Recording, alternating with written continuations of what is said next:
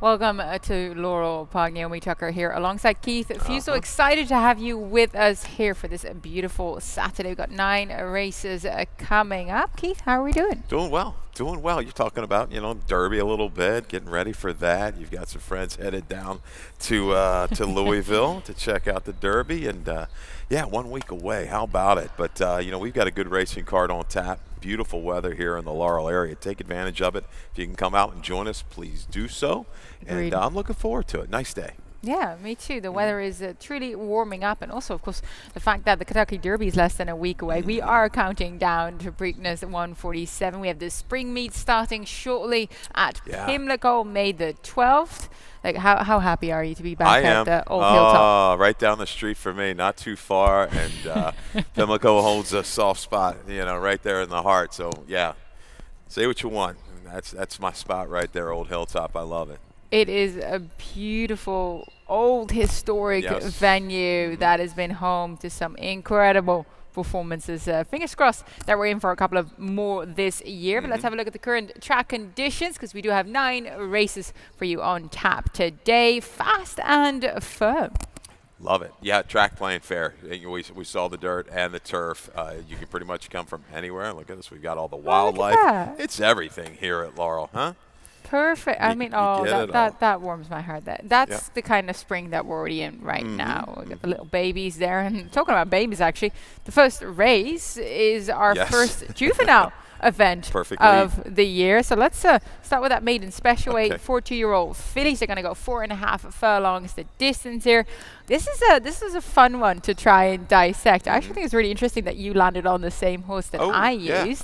Yeah, well, I went and looked at some of the breeding, and I realized that trainer James Loris also had 2 of the siblings, 2 Alexis Storm, and they both won first out. So I'm thinking that the Lawrence team is onto something with the family here. Exactly. Yeah, that's my angle. We're gonna stick to it. A draw, I think. All right, a little bit outside. Breaks okay. Won't have to maybe go frantically up. Like sometimes horses from the red. We'll see. Tapping Josie for Rob. I'm sure she'll be ready to go. But little stat here for James L. Chucky Lawrence is second. Past 5 years on the dirt, 4 for 24, 17% with a good ROI, just over $2. I'll take that. You just talked about it.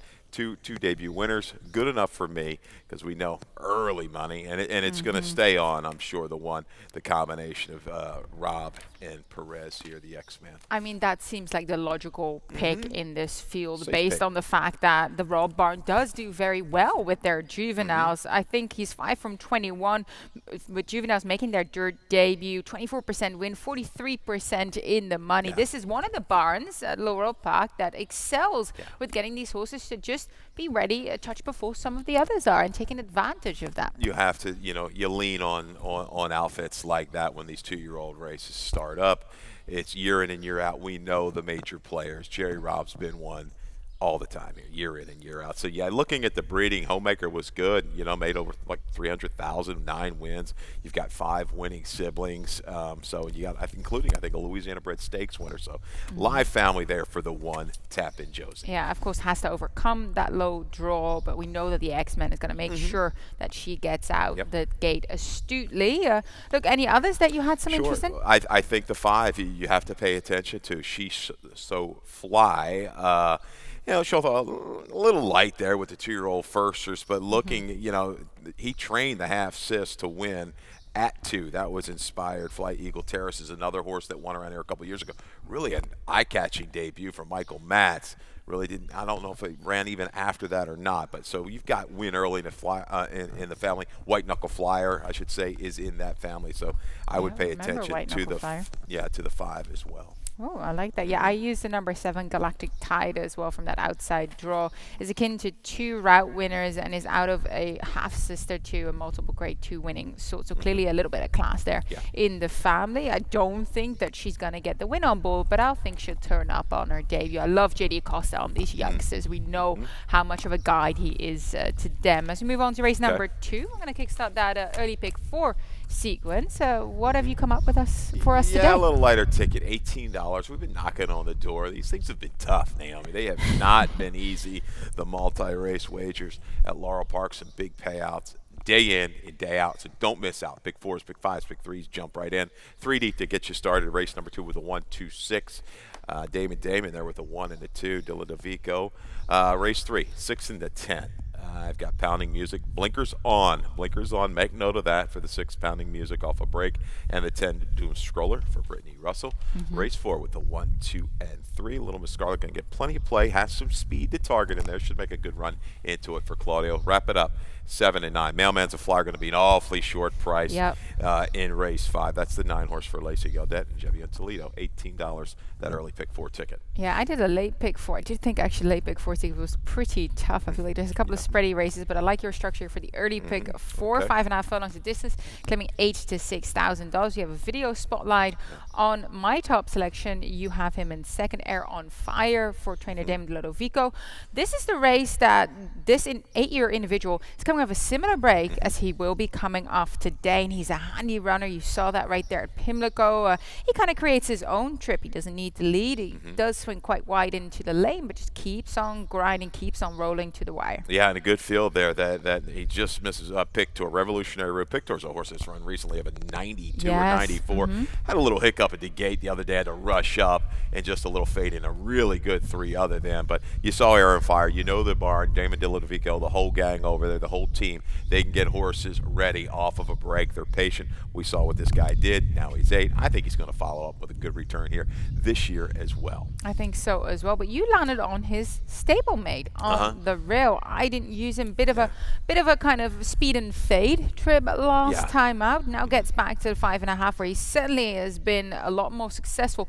My reasoning for not using him though is he looks like he really does like the lead, and there are a couple others in here that I think are going to try and pressure him and make him overdo it a little like he did last time. Now, that was going further though. Yeah, I go back, quite a few races there in November where he was able to rally into it at 6.5 furlongs. Ruiz is the right kind of rider to get a horse to kind of settle from just off of, and I think he'll draft into a very good trip. I think Air on Fire is a little bit quicker early, but there's some other deeper closers just to the outside, so I think he can work out a trip, move up to contention by the time they hit the top of the stretch. A little higher price. Can Johnny Reb beat the Dilla DeVico family? We don't know, but yeah, we'll see here. But hard fought, I think he'll make a run into it. I like the freshening. Damon giving these horses a little bit of a break to get back to the top game. His best race, I mean, you look 3 back, he runs a 7-8 buyer. That will win this. So, he's capable. True. Look, it's a bit of a theme in this race. A couple of horses coming back from layoffs, including Baptized Boy. He's my exacta play for Claudio Gonzalez. He didn't really like the muddy going, I think, when it's making his last start. That was on the final day of the year in 2021, actually. I like his outside post. I think he can get a good position from it. Look, I like the Claudio Gonzalez barn with these horses that just had a couple months to kind of keep working, kind of keep rolling, come back fresh. We know he puts the work into them. So I think this is a decent move here. And he goes Barbosa, okay? They've been strong together, nearly 50% clip, maybe at that. And with Bull Shark just leaving, Fast Cash, no speed whatsoever. Jerome Barbosa knows where the rail is, and I love that in a young rider to know how to save ground. He does it. He gets over. He's going to be able to do it in this field and make a run from off of it. Yeah, race number 3 is the first turf event of the day. 1 turn, 1 mile. The distance, rail out 17 feet. We do have a video spotlight on the number 6, who both of us use underneath. Pounding music for trainer Linda Albert, now returning for her seasonal reappearance there. And we're actually looking at her Pimlico effort on the 16th of July, where she had an inside draw. She actually got away well. Yeah. But what you see here is that she got checked into the first turn by Forever Dreaming, who ended up being the winner. She was quite rank and quite lit up after that. Yeah, that was the key. And the last race we see on the page in October, not good at all over this turf course. But, sometimes in October the track is maybe a little bit softer. She might not have liked it. I like the way she recovered, though, here at Naomi. She was able to kind of sit, finally relax down the backside into the far turn and shift her way out and makes a run. Forever Dreaming, a pretty good horse. An allowance winner, back in March at the fairgrounds, himself a barn change. This is a good effort. Very strong. She's proven on the turf. Maybe these blinkers will get a little more focused, a little more relaxed early. I think she can get the trip. She's tough from on or just off the lead. Yeah, no, I use her underneath. I think she's well spotted here. You use Doom Scroll. She doesn't have any experience on the turf, but blinkers go on for a barn that does very well with a move like that. And if you look at the pedigree, Devil's Cave, now she did her best performances came on the main track, but she's won on the turf as well. Yeah, she's got a win in the second on the turf, a top buyer of 71. Tonalist so-so on the turf, but I mean, I can trust in Tonalist. Blinkers go on. I think this horse was on the worst part of the racetrack last time, has gotten played both starts. Yeah, we saw her run Murph first turf the other day. Much improved effort from the main track to the turf. I think you're going to see the same thing with Doom Scroller. And you searched for Lynch, one of our top turf riders. Yeah, I use her in my exact. I went with Hollywood Walk for trainer Michael Trombetta. She stretches out, switches surfaces again. Second start of the season. She faced Luna Bell in her grass debut at Colonial as a 2-year-old. I think this is exactly the type of race that Michael Trombetta has been kind of keying up for her. I loved her return run. I thought that second behind Fly Me Home, much improved by her finger, just keys up that this now 3-year-old filly is setting up for better things and really going up in the right direction. No doubt, and that little stat on the racing form kind of catches your eye. Second off of this kind of layoff, nearly 20%, $5 ROI. Strong. Pay attention to Hollywood Walk, but I think we're going to get a little bit of price with the 6 and the 10. Don't leave out Glow City. I think Glow City coming back quick, but certainly works. I think she'll get a stalking trip in here. Should be able to handle the turf course. She does need a bit of a strong pace setup though, right? It looks like she kind of runs better when they go an honest pace in front of her. But yeah, I'm not leaving her out either. I use her underneath. Race number 4, of course, the Rainbow Pick 6 begins here. 6 furlongs the distance. Optional claim starts allowance for fillies and mares 3-year-old and up, and similar horses that we use. We'll start on Little Miss Scarlet. You already mentioned her. She does seem to need a strong flow to use, and she didn't really get the best of start. I think she got bumped around a little bit last time out. Was able to split some rivals, ended up landing 3rd there. Just an ultra consistent filly. You kind of know what you're going to get with her. Yeah, she let me down a little bit last time because you see the comment, off dual, angle 4 wide, mild. That means a mild run. Didn't kick on like I thought. That might have been a little bit tougher bunch that she's going to face today. She has some speed to target. Our Avery Lynn we know is quick. Fudge Cake quick. Even Awesome View tossed the last. She had, really was fidgety at the gate and just didn't come away at all unprepared when the gates opened. She's been accustomed, front. So I think there's going to be a right kind of Little Miss Scarlet to rally into it. May not get over the top, but she's going to be hard to leave out of that exacta. Oh, absolutely. I mean, I use her in my exacta. I am trying to beat her with one of the pacemakers in our Avery Lynn. I do know she's a bit more of a nervous type, but she's been ultra game in her last couple. I mean, she's 4 seconds. Does seem to get collared belatedly. So it's either kind of all or nothing with her. She'll stick around. She's not speed. No cheap speed. She's not going to back up into your face. But it is kind of, is she going to get there in time before Little Miss Scarlet comes and nabs her, basically? That's the key. But I love the efforts that she brings. I mean, I went and watched. I said, was she really 5-6 in front, turning for home at Charlestown? And she got, she did get beat. But look, she can come from just off of it as well. She's a stayer at this distance. Proven. Another one to use in your multi-races and the exactas as well. I mean, Devil's Affair yesterday was the Norman Cash Day, right? Here with a couple wins, big price, a $59 winner. I think this is another one set up to make a run from off of it. Yeah, agreed. I use her as well. Don't want to leave out the cash runners. It seems to be on a roll at present. Take a quick commercial break, but stay with us.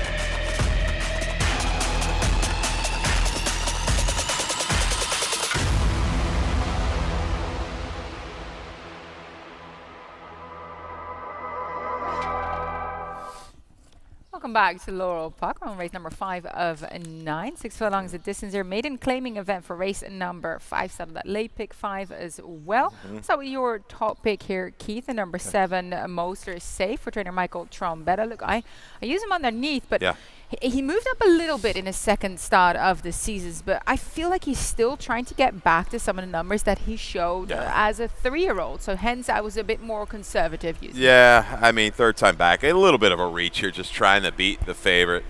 I think he's got some speed. I think he's going to use that speed to his advantage this afternoon. He's going to have to go if he's going to maybe get a jump on a horse like Mammoth, a flyer, who they're taking the edge here. He couldn't protect because it's just the 25. When you do this, he is a Maryland bred, but you got to be Maryland sired to be protected by the waiver. Obviously, McLean's Music doesn't stand in Maryland, hence 25,000. His efforts are good. He's had excuses, clear excuses. He was against the grain of the racetrack the whole way around last time out. A hiccup with some equipment the time before that. Steady numbers. They're aggressive here. He is clearly the horse to beat. I feel he is the most likely winner in here. You're probably going to get a short price on him, unfortunately, but I do feel like if he runs the races that he has been posting, should be able to get the better of these foes. I landed on Big Daddy DR in my exacta. You have a video spotlight that you put in on him as well. Lightly race individual. Look, I watched this and I'm going, you know what? That was his own fault. He kind of flopped out the gate and he went sideways, and I'm kind of like, oof, you are very, very green. Again, very green down the lane, but he did show some potential. He did show that he can run, and that I'm taking with me. I saw Jerry Robb brought him back to the gate. I think that's a good move.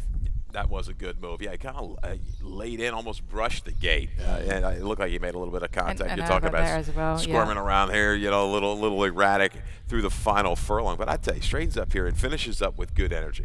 Agreed. Steps up, protected. This is a tougher bunch. Can he improve that much to beat a horse like Mammoth, a flyer, even Moser safe? We're going to find out, but you got to respect the fact that they're protecting this guy right back and show the ability to handle adversity. Agreed. And I used the number 6 Flaming East. I think you do too. The other Lacey Godet trainee by a precocious sire. We know how Divining Rod has been doing with his first time starters. That's the kind of sire that you're looking for to have a play on. He's out of 5-star Dream. She was a nice individual herself. She was pretty fast on her day. Stakes winning sprinter on the main track. So look, the pedigree is kind of there. Absolutely. I've got it written down. Very fast mare. Topped at a 92. 3-time winner, 5 for 11 in the money. 4 winning siblings. Here we go. 6 starters, 2 seconds and 2/3 from those debuts. Okay, so that's pretty good. Lightly, not a whole lot of work you're kind of seeing, but fast work though. Yeah, recent coming into it. So this could be a sneaky little shot here, because Lacey and Natalia Slayapacina, that combination, they win. They win races. Yep. They do indeed. Race number 6, claiming $8,000 to $6,000, 5.5 furlongs of distance. I created a late pick 4. I alluded to it before, Keith. Not the easiest to sequence. I kind of end up being quite spready, as you can see here. 3 deep here in race number 6, using the 2, the 6, and the 7. The 2-part Ghost, my top selection in this spot, which we'll talk about in just a moment. Race 7, maiden 40 event. I am hoping I'm right here with that mile on the turf. I love Consulted in here for trainer Michael Trombetta. Didn't want to leave out the number 9, Bridge to Success, either for trainer Lacey Godet, who has the pedigree to very, very much enjoy this distance and this surface. Race 8 spread again, use the 4, 5, and the 6. First half optional claim. I told you we were talking about this race before. Majestic Frontier, my top pick. But this is a very, very tough race to really read. So I wanted to be 3 deep. If you want, you can go even further, but your ticket cost is going to grow. Race 9, the final race on the card at main 25 event, 3 deep here, using the 3, the 5, and the 7. The 5 Fashionista, my topic there for trainer Ferris Allison. $27 flat ticket in a late afternoon sequence that I think is a bit of a tricky one, and I'm hoping that results in a price or two that will justify the $27 of flat late pick 4 tickets. So let's talk about race number 6, claiming $8,000 to $6,000. You landed on the number 6 in here, which is Joyful Noise. Look, she's an out-and-out veteran, tough campaigner. Perhaps that last race, not as much to her liking, but that was a tough start at allowance condition, which we know has some very, very fast runners lining up, including Dilly Dilly Philly, who just likes to take them gate to wire, doesn't she? And Blue Sky Venezuela has gotten the better of her in the past, and the Blue Sky Venezuela, I think, is going to be battling for favoritism with Parch Ghost. She could certainly get the jump and clear off. She has that tactical speed and a chance, maybe, if she's right, to get back to those recent numbers to separate from this field once they turn for home. But Joyful Noise, we got a velo, and Bill and I have been talking, my partner with Echo Base. You're seeing it time and time again here. these bug riders at a price. They're coming through at Laurel Park, so pay attention. They are live. Alvello is live. Barbosa, you name it. Humphrey. We've got winners here with these bug riders. I think Joyful Noise is just going to fall into the right kind of trip. Alvello's a rider. He's not scared to drop down, save ground, get a little cover. A little change up here. I think she comes running.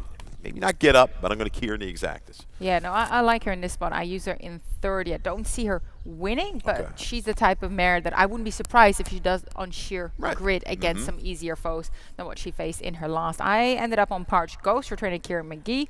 Bit of a sharp turn back in distance for her here, back to the 5.5 after trying the mile loss, and I was not disgraced. She she tried to get to the pace. She was kind of like pushing it. Yep. Stuck behind a rudder that tired in her face a little bit. Perhaps a cleaner trip today can make it happen. Yep, for that's her. exactly how I see it. Tough trip. She was. She was kind of just stymied there. Just a horse kind of wanting to back up, and she had to wait, and she was down on the 18th inside. We know the 18th of March was a bad rail day. Yeah, look for her to come rolling from off the pace because, look, speed-wise, Archer Sensation goes. Torch Carrier with a cost. I think he's going to be forcing it. Blue Sky Venezuela, Eloquent Lady. They're all quick, Naomi. Yes. We know that. So you and I, we see things a lot. We're trying to visualize this race from the gate until about mid-turn. And Parched Ghost, I think, is going to like what she sees up front. Yeah, and for a barn, it's rolling. I mean, absolutely. I had to use Blue Sky Venezuela just because she also, like your top selection, gets back to an easier group and has shown very capable of besting these at this level. And indeed, like you said, is very fast early. So she's surely going to make her presence known and stick around here. Race number 7, maiden claiming event, 40 to 32,000. The 1 mile on the turf course here, rail out 17 feet for 3, 4, and 5-year-olds. Do have a video spotlight, so we might as well go to him straight away. That's consultant for trainer Michael Trombetta. We're looking at the start here of this maiden special weight at Laurel, and another quite, a bit of a bumpy start there. He came in very, very significantly. My note said he nearly tried to wipe out half of the field, obviously by accident, not intentionally. Has still got some progression to do there, and then also gets into trouble as well. Yeah, a little steady there, so it was a really, really kind of wacky opening quarter of a mile for Consultant. You're right, left her down the gate, and banging around, a steady, a little rank, and then this, just kind of dragging the rider up to contention, and really, all in all, held okay after this trip. Made a challenge for the lead here in between horses. This eventual winner, the Man to See, had an awful trip too. We've shown this video on the go back about that winner. That was Lacey Gaudet, but Consultant's still right there. Comes back. More mature, I'm sure, here at 3. Ran a good enough number 2. Lasix goes on. Yeah. I like it, Mayor. Well, I thought that Julian Pimentel actually did a really great job in the end, kind of getting him that outside stalking position, just going, all right, he's taking me there, let's just let him roll. I think Victor Carrasco is a similar style rider that kind of has that acumen, has that awareness to put his horse in the right spot. So I like that in here. And key around these 2 horses in my late pick 5, because both of us agree on Bridge to Success, and I think it's got to do with the pedigree here. It does. I saw that Doolittle. I know the family going back and back. So yeah, half the tricks to do. A very fast horse on the turf. Verrazano, I think we're going to get that breeding up top. It's going to be okay to catch the distance. Good finish. Very good finish in debut. I think this is a kind of a value play. I think still should hold anywhere between 4, 6, 7 to 1 when it's all said and done. I think looking at the field, speed-wise, not a ton. This horse should get very good position by the time they hit the backstretch. And I wanted to quickly mention that the first time starter here for Tim Keith. Now, I don't think Pam for Gold is going to win. I think the Keith Bond is better with horses, let's say, second start, third start.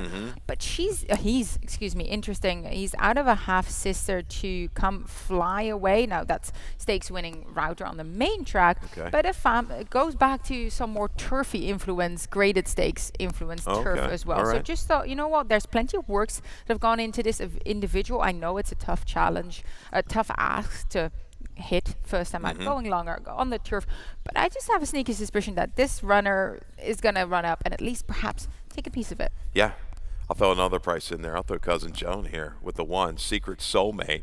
Sneaky late run last time. This horse settled nicely and finished up well on the main track. Was scheduled for the turf that day. Going to get the turf. Like the spot here at 40,000. Breeding is there to handle a distance. How about the Full Bro? There was a killer in here. Sky Kingdom. Right. Yeah. It was a marathon kind of a horse. So, yeah, there's a price user for you. Absolutely. We'll move on to race number 8. Now, this is the race that I think it can go so many different ways. First level optional claimer here, mile and 16. I like the fact that you went with the number 4 here, because he actually might just, Holy Synchronicity, might just enjoy going around these 2 turns. The only runner in here that hasn't gone around 2 turns as of yet, has that tactical ability. Second time here against winners, just a bit more unexposed in comparison to some of the other foes in here. Absolutely. And we'll roll the video of Majestic Frontier if you want to right now, because we're going to talk about him as well. Holy Synchronicity was also in this race, but let's concentrate on the start of Majestic Frontier. Another wing laying in out of the gate, drops back, almost has a steady out of there. Holy Synchronicity, he drops back. What's he, 6-7 out of it here? We're going to watch this through, leaving the chute. I felt like his chances were kind of gone at that point, to be quite honest, the way he let the field get away from him. Yeah, and there's Holy Synchronicity, and those bright colors, right? The green inside. Broke a little to the outside, some contact. Was keen to move up and then rated back and was caught into a little bit of a box. So there's my tell on that horse. And then watch Majestic Frontier. Look at the ground he had to make. He was like 12, 15 out of it, right? Yep. Going into the turn, and he made a quick run, leaving the far turn to kind of work up between horses. And valiant finish, to say the least, to be able to kind of work, drop down, and still only get beat, 2 3/4 when it was all said and done. He gave up so much to a similar field, proven at the distance, right back. I think he's going to, with a cleaner break, is going to get that stalking trip. But Holy Synchronicity, you said it, I think he's going to get the right trip from on or just off the lead. I think this pace flow is going to be perfect for Holy Synchronicity. There's the Majestic Frontier. And even just switching out again from the rail whilst making that run, I thought was very, very good. So I use him here because he has shown, I remember talking to the Connections actually when he was taking the step up into the Miracle Wood, and after that impressive optional claiming victory, they said he's earned his spot. And then the Miracle Wood I thought was really strong. So there is certainly some talent here. And like you highlighted, he ran better than what the form might suggest, the running line here. So I think he does it well. To me, he's my top selection. I do wonder if the 2-turn configuration is best for him, because I do think that he likes that second wire. You can tell he really keeps on grinding. So I like your top pick, actually. I like the theory here. We'll see how things shapes out. But let's quickly talk about the 6, the Addison Pool, of course, for Brittany Russell. Never been off the board. Unexposed sort as well. We were just mentioning your top selection, Holy Synchronicity. Also, not really knowing how good he is just yet. Same with this 3-year-old gelding. Got a good setup, though, last time. Seems to enjoy running at horses. He's going to get his chance today. He's not nearly as fast early as a few of these horses. Yeah, I just like the steady improvement, proven to handle the distance. Let's talk about, the 2 Uncle Irish, similar style as Addison Port, might be a little bit more tactical with that inside post, and the 1 Krug, who we don't have on the ticket. I've got line 92. I had him on and off. Big number last time. He beat Majestic Frontier, going a few races back, right? And that made it just dusted him. He's come back with a big number. Muddy surface. Is he a little bit better with moisture in the track? He might, but we talked about these 3-year-olds. Their numbers are kind of all over the place, and he's maybe, Dale Capano's found the key, and he's kind of earned the shot now to go here for this big money. 52.8 for this purse. This is a really tricky field. Fun field lining up in race number 8. Race number 9 is our nightcap here. Maiden claiming 25 to 20,000, 7 furlongs the distance. We use similar horses, different order. You landed on If Then for trainer Hamilton Smith. Drops down from the maiden 40, maiden special weight before that. Look, seemingly this is the right spot for her. She made her debut at this level, ran very gallantly behind California Bella. They stepped her up, they protected her.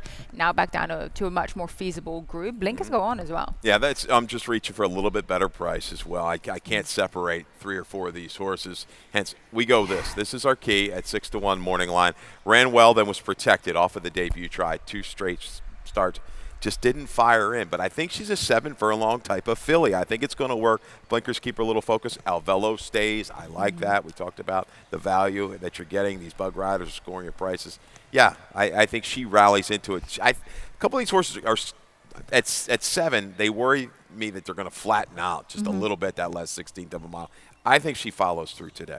Yeah, I think she's very well spotted. I landed on Fashionista. I think she's going to take a bit of money there first. Alan, she has good gate ability, hence creates her own trip here. I thought it was an improvement last time out over the 7 foot. You mentioned the distance. I think she showed that she's better going that 7 foot. So a key around the distance as well here. As we'll continue with lightning round.